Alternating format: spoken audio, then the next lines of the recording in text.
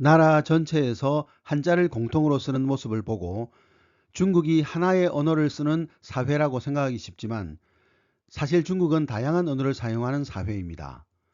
푸젠 지방의 방언과 광둥어는 영어와 한국어만큼이나 거리가 멉니다. 안녕하세요. 역사산책 자팍다시 채널입니다. 오늘은 최첨단 글로벌 세상에서 중화 사상은 약일까 독일까 라는 제목의 영상 보내드리겠습니다. 구독과 좋아요 부탁드립니다. 감사합니다. 가령 중국이 세상에 퍼뜨린 음식 문화로 차를 생각해 보겠습니다. 차를 부를 때 우리는 차라고 부르지만 영어권에서는 tea라고 부르는데 이 두 단어의 차이는 영어와 한자의 차이가 아닌 중국의 서로 다른 두 언어에서 비롯되었습니다. 차를 광둥 사람들은 차라고 부르지만 푸젠 사람들은 태라고 불렀던 것입니다. 광둥 사람들의 말은 육로를 통해서 몽골, 티벳, 인도, 서아시아, 일본 등으로 전해진 반면 푸젠의 말은 해상무역상을 통해서 동남아시아, 네덜란드, 영국, 유럽으로 전해졌습니다. 지금도 중국 남쪽 지방에서는 베이징의 중국 중앙 텔레비전 아나운서의 말을 알아듣지 못해서 현지 아나운서가 같은 내용을 다시 읽어준다고 합니다. 중국 문자를 알파벳으로 바꾸기 힘든 이유도 여기에 있습니다. 표의 문자인 한자는 익히기는 어렵지만 한국, 일본, 베트남 등 여러 지역에 보급되어 국제문자로서의 역할을 해왔습니다. 하지만 한자를 쓸 줄 안다고 해서 한족으로 인정받는 것은 아니었습니다. 관료제 또한 중요한 요소였지요. 중국에서는 한자를 다루는 관료와 지식인이 특권청 신분을 얻었습니다. 한자는 현재 알려진 글자 수만 5만 자가 넘을 만큼 그 문자량이 방대합니다.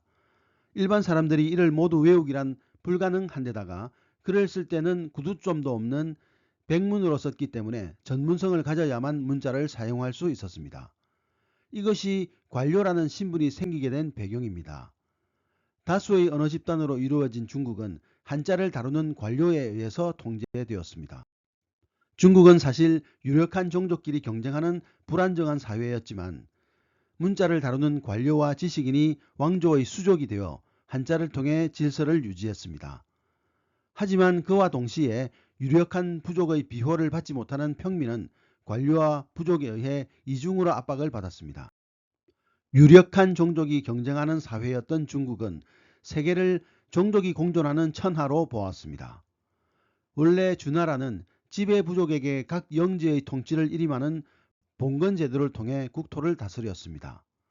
하지만 지방이 개발되면서 그곳에서 힘을 키운 종족들이 스스로를 왕조라고 칭하며 일어나자 사회가 혼란스러워졌습니다. 춘추 전국시대라고 불리는 약 550년 동안에는 이런 부족들의 싸움이 계속되었습니다. 이런 와중에 천명을 받은 천자인 황제가 천하를 다스린다는 정치 윤리사상인 천명사상이 대두되었습니다. 천재가 덕이 높은 인간을 자신의 대리인으로 선택하여 천하를 맡겨 지배하게 한다는 사상이 바로 천명사상입니다. 이런 생각을 바탕으로 나온 것이 왕조의 교체를 합리화하는 역성혁명 사상입니다. 역성혁명이란 제왕이 부덕해 민심을 잃으면 천명이 바뀌어 지배일족의 성이 바뀐다는 의미입니다. 예를 들어 어느 지왕이 사치에 빠져 백성들을 소홀히 하자 천재가 천명을 바꿔 다른 일족에게 지배를 맡기게 되었고 그래서 주나라가 건국되었다는 논리입니다. 4세기 이후 몽골 고원에서 활동하던 유목민의 힘이 강해지자 유목민도 한종에 융화되면 천명을 받을 수 있다는 사상이 등장했습니다. 송나라 시대에는 몽골 고원에서 활동하는 유목민의 세력이 압도적으로 커졌습니다. 송은 몽골인이 세운 요나라와 형제관계를 맺는다는 맹약을 체결하고 매년 막대한 은과 비단을 보내며 그야말로 돈으로 평화를 샀습니다. 이어 만주족이 세운 금나라에 수도를 빼앗기고 도읍을 강남의 임안으로 옮긴 후 남송이라는 이름으로 겨우 왕조를 유지했습니다. 그들은 금을 주군으로 남송을 신하로 규정하는 조약을 맺어 막대한 조공을 바치며 힘겹게 명맥을 유지했습니다. 이것은 기존의 중화와 오랑캐의 관계가 뒤바뀐 사건으로 중화 사상에 빠져있던 한족에게는 천지가 뒤바뀐 충격으로 다가왔습니다. 이런 위기의식 속에서 등장한 것이 존왕 양의를 주장한 주자학입니다. 존왕 양의란 천명을 받은 송의 황제만이 진정한 황제이므로 황실을 높이고 오랑캐 세력을 물리쳐야 한다는 사상입니다. 주자학은 불교의 영향을 받아 발전된 유학의 한 계통으로 유목민과 한족의 관계가 뒤바뀐 상황에서 민족적 자긍심을 지키려는 성격이 강했습니다. 주자학은 명과 조선의 중심 학문이 되었고 일본 에도막보는 이를 관학으로 삼기도 했습니다. 각 시대의 지배자들은 권력의 정당성을 인정받기 위해 자신이 천명을 받았음을 설명해야 했는데 그 논거를 주로 역사에서 찾았습니다.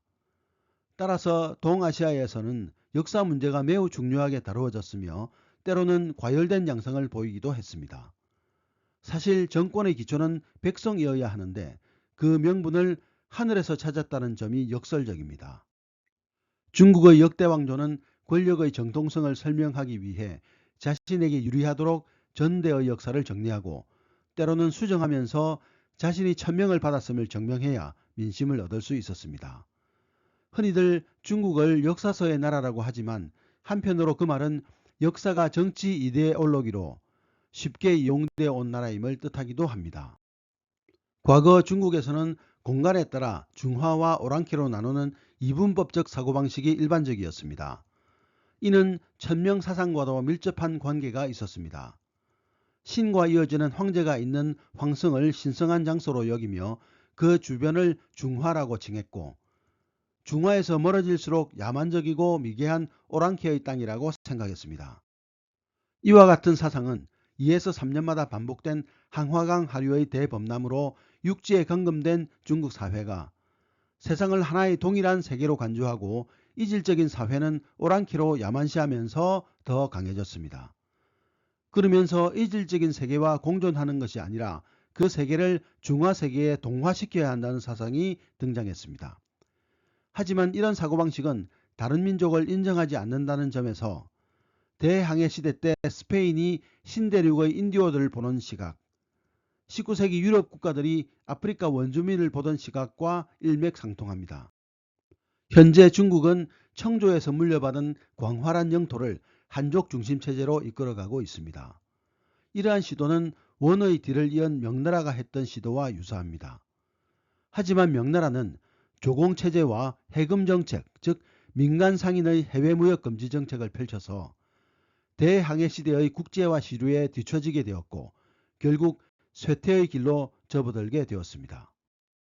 대규모 농경사회를 통합하기 위해서는 어느 정도 민족주의가 필요하겠지만 모든 국가의 평등을 외치는 오늘날의 글로벌 사회에서 세상을 중화와 오랑캐로 나눠 자신들이 세상의 중심이라고 생각하는 중화사상이 어떻게 사회와 조화를 이룰 수 있을지는 미지수라고 하겠습니다.